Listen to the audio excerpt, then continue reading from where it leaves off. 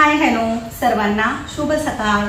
नमस्कार, मी सुवर्णा आणि परत एकदा तुमचं सर्वांचं माझ्या एका नवीन मराठी ब्लॉग चॅनेलवर अगदी मनापासून स्वागत. आजचा दिवस तुम्हाला खूप छान मस्त आनंदाचा आरोग्याचा जाऊ दे हीच बाप्पांची चरणी प्रार्थना.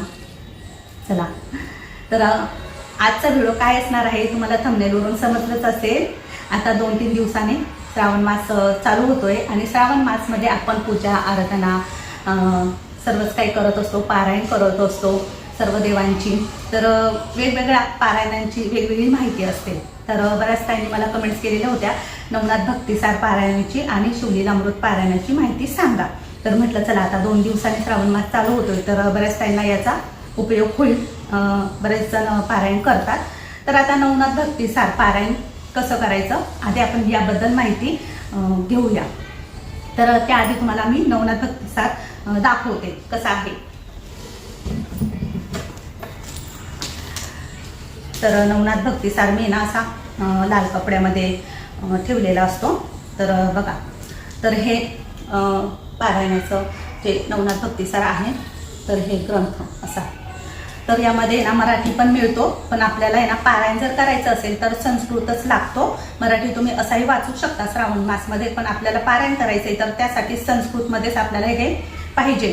तर इथं तुम्हाला दिसत असेल तर फोटो काढून घेऊ शकता तुम्ही.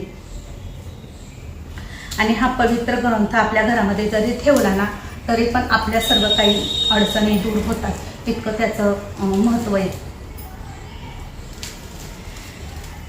तर आता तुम्ही ग्रंथ बघितला. आता तुम्हाला श्रावण मासमध्ये पारायण करायचे, त्याची पूजा मांडणी, त्याचे काही नियम असतात, ते सर्व काही आजच्या व्हिडिओमध्ये ऐकायला मिळेल. तर व्हिडिओ स्किप न करता संपूर्ण बघा. तर आता नवनाथ भक्तिसार पारायण करायचे तुम्हाला. तर श्रावण मासमध्ये प्रत्येक दिवस शुभच असतो, पण शक्यतो तुम्ही गुरुवारच्या दिवशी सुरुवात करा. आता पारायण करायचे तर या आधीची तयारी काय आहे ते आपण समजून घेऊ. तर तुम्हाला पूजा मांडणी करायची. तुम्ही एखादा पाट किंवा चौरंग घेऊ शकता. चौरंगावरती तुम्हाला एक कलश स्थापन करायचा आहे नवनाथ महाराजांच्या नावाने, किंवा मग तुम्ही दत्तात्रेयांची तस्वीर पण चौरंगावरती ठेवू शकता. तस्वीर नसेल तर कलशाची स्थापना करा. आणि कलशामध्ये तुम्हाला माहितीच आहे पाण्यामध्ये हळदी कुंकू, फूल, अक्षदा, 1 रुपयाचं नाणं, सुपारी टाकायची, 5 किंवा 7 विड्याची पानं टाकायची, त्यावरती एक श्रीफळ ठेवायचा आणि कलशाभोवती कुंकवाने 5 किंवा 7 बोटं ओढायची आणि कलशाखाली तांदळाची राशी ठेवायची. अशा प्रकारे कलश स्थापन करायचा आहे. दिवा अगरबत्ती लावायची आहे. त्यानंतर ग्रंथ चौरंगावरती पूजेच्या मांडणीच्या समोरच ठेवायचा आहे. ग्रंथ वाचताना हातामध्ये घेऊन वाचायचा नाही. पिरॅमिड असेल तर त्यावर ठेवा किंवा पाटावर चौरंगावर ठेवला तरीही चालेल. ज्या दिवशी तुम्हाला वाचन चालू करायचं आहे त्या दिवशी सकाळी आंघोळ करायची, स्वच्छ कपडे परिधान करायचे, सर्व देवांची देवतांची पूजा करायची, मोठ्यांचा थोड्यांचा आशीर्वाद घ्यायचा आणि सर्वात आधी गणपती बाप्पांना सुपारी म्हणून स्थापन करायचं आहे विड्याच्या पानावरती. त्यांची पूजा करायची आधी, नंतर मग कलशाची स्थापना वगैरे तुम्ही करा. त्यानंतर वाचन करताना मग पेजवरती, पहिल्याच पेजवरती सर्व काही मंत्र वगैरे दिलेले असतात ते वाचायचे. त्यात पण तुम्हाला 40 अध्याय किती दिवसांमध्ये वाचायचे ते खूप महत्त्वाचं आहे. तुम्हाला जर 7 दिवसामध्येच 40 अध्याय वाचायचं असेल तर तुम्ही 7 दिवसामध्ये वाचू शकता, तुम्ही 3 दिवसामध्ये वाचू शकता, किंवा तुम्ही 9 दिवसामध्ये पण वाचू शकता, किंवा तुम्ही महिनाभर पण वाचू शकता. आता ते तुमच्या कॅपॅसिटीवर आहे, कारण तुम्ही किती वेळ बसू शकता. तर महिनाभर जर वाचायचं असेल तर मग तुम्हाला 40 अध्याय महिनाभरात संपवावे लागतात, म्हणजे एक पारायण होईल. आणि तुम्हाला 9 दिवसामध्ये वाचायचं असेल तर या अध्यायामध्ये, या भक्तिसारमध्ये दिलेलं आहे पहिल्या दिवशी किती अध्याय, दुसऱ्या दिवशी किती अध्याय, असं सगळं दिलेलं आहे. मग तुम्हाला त्या प्रकारे वाचन करायचे. आता ह्या 9 दिवसामध्ये किंवा महिनाभरामध्ये आपल्याला काय नियम पाळायचे त्याची माहिती घेऊया.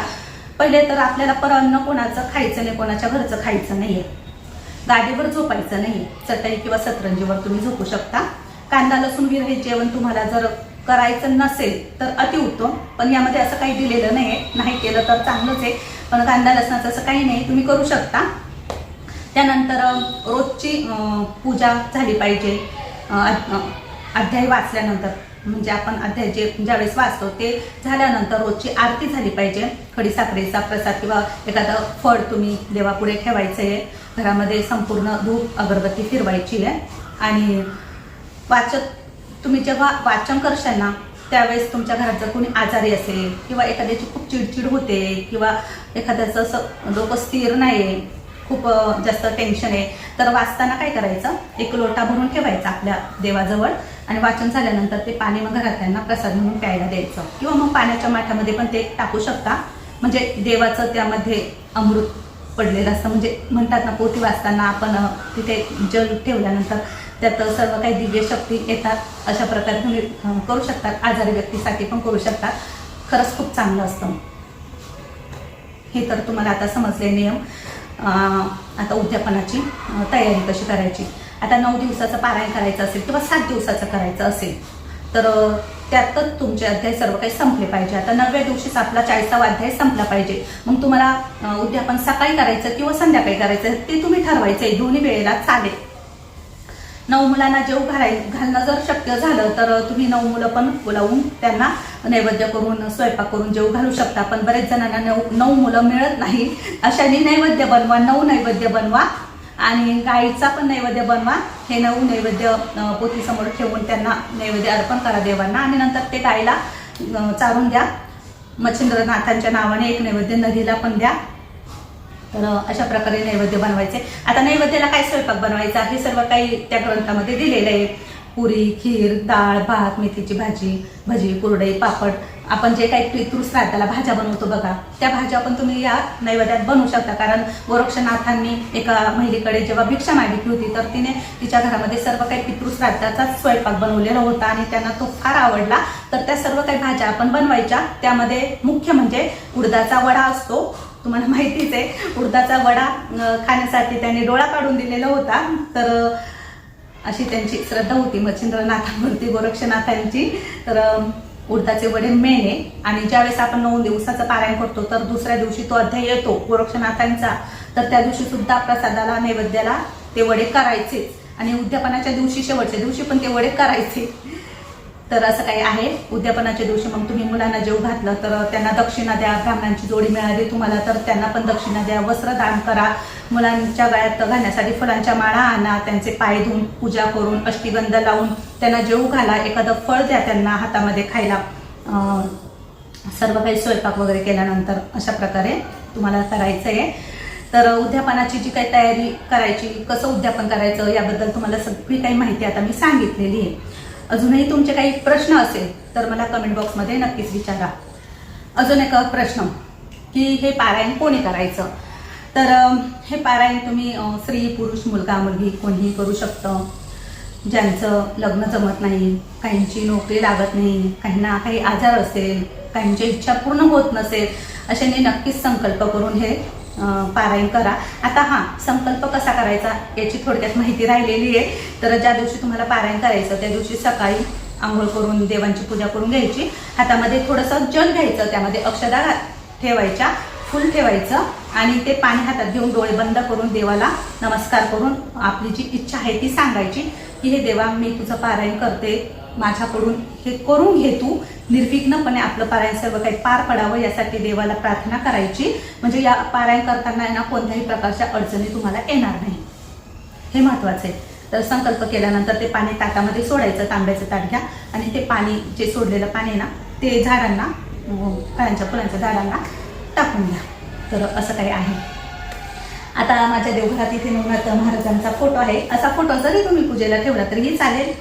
तर असाही ठेवा किंवा मी तर दोन्ही ठेवते, फोटो पण ठेवते आणि कलशाची स्थापना पण करते. तेवढंच घरातलं वातावरण खूप प्रसन्न वाटतं. रोजची आरती, पूजा, धूप, अगरबत्तीचा सर्व काही धूर धूर घरात असतो ना, खूप भारी वाटते. एक प्रकारची अशी पॉझिटिव्हिटी आपल्या घरामध्ये निर्माण होते, सकारात्मकता वाढते घरातली विशेष म्हणजे. तर चला आता त्यानंतर आता शिवलीलामृत पारायण कसं करायचं तर याबद्दल थोडक्यात माहिती आता मी तुम्हाला सांगते. तर आता शिवलीलामृत पारायणाचं छोटं ग्रंथ आहे, पुस्तक. पण माझं ते पुस्तक आहे ना मी कुठे ठेवलं माहित नाही.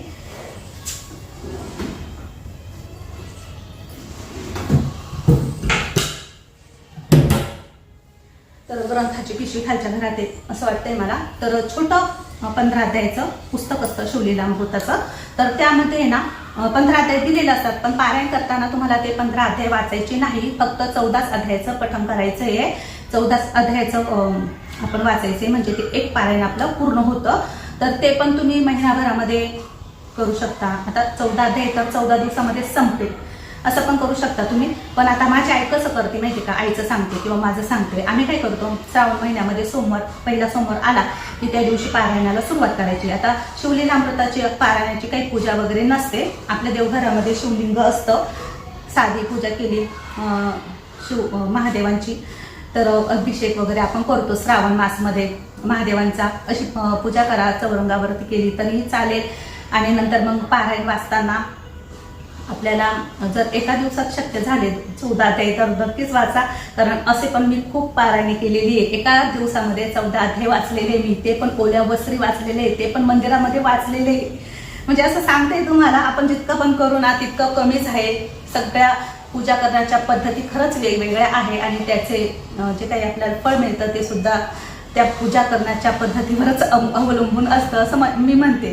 तर आता तुम्हाला जर शक्य असेल आठवड्यामध्ये 7 दिवसामध्ये 14 अध्यायचं वाचन करायचं, म्हणजे सोमवारी सुरुवात करायची, पारायण तुमचं रविवारी संपेल. तर अशा प्रकारे म्हणजे 7 दिवसाचं पारायण करायचं. एक पारायण 7 दिवसाला, म्हणजे रोज 2 अध्याय घ्यायचे.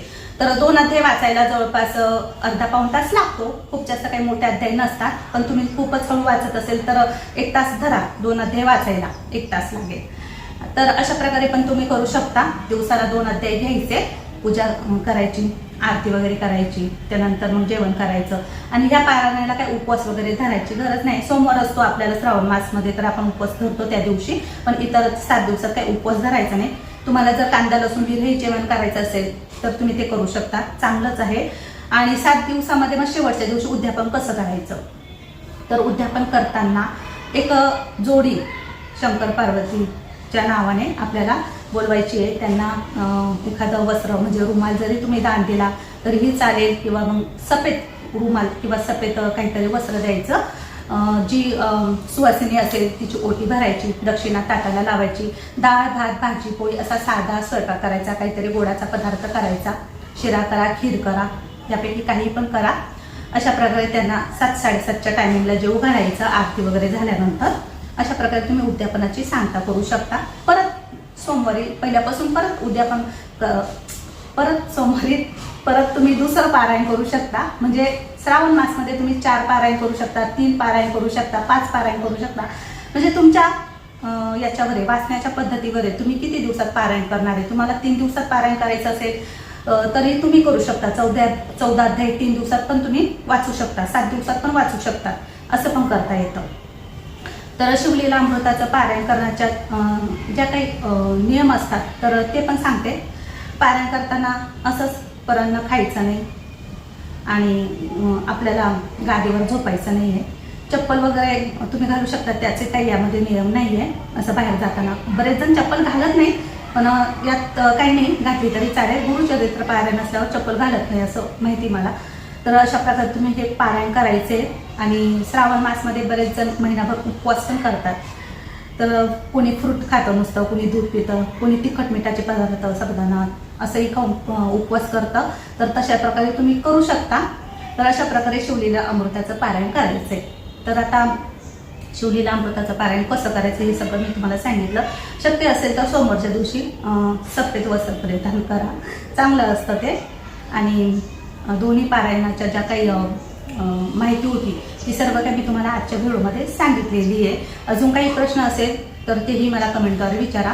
हे पारायण पण मुलगा मुलगी स्त्री पुरुष कोणीही करू शकतं, गर्भवती स्त्रिया सुद्धा करू शकतात. अजून चांगलं, पूजाच्या वेळेस मी केलं होतं शिवलीला अमृताचं पारायण. माझी आई आहे ना, मला शिवलीला अमृताचे अध्याय वाचायला सांगायची, त्यामुळे पूजेचा जन्म पण सोमवारच्या दिवशी झाला.